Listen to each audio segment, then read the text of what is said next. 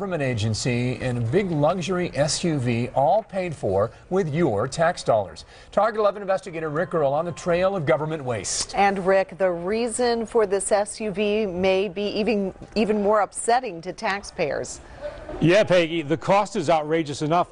But then when we learned one man used it just so he could avoid walking 3 blocks from his office, it got us thinking, is this why we're broke?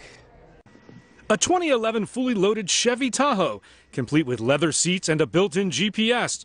The cost $1,600 a month, all paid for with your tax dollars. We found it parked in a $4,700 a year lot, also paid with your tax dollars, beneath the Federal Maritime Commission. If you've never heard of that, don't worry, neither had we.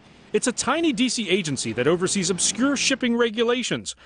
An internal audit obtained by Target 11 found the commission wanted more stature in recent months. So an agency executive decided to lease a top-of-the-line vehicle. Also, top brass could arrive at meetings in style instead of stepping out of a cab or subway. Whether it's vehicles or anything else, they want something cool, and they will do anything in their power to do that. And they apparently trampled government guidelines in the process. Government cars are supposed to be fuel efficient. This Tahoe only gets 15 miles a gallon.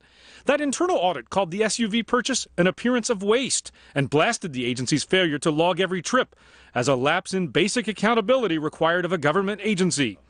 And while some of the agency's own employees who had just had a pay freeze expressed concern about the SUV, the agency defended the purchase, claiming it needed a large truck to escort staffers 7 at a time around town. But Target 11 discovered at least 105 trips made by the truck were to shuttle just one man, Agency Chairman Richard Ledinsky, from headquarters to Washington, D.C.'s main train station, just 3 blocks away.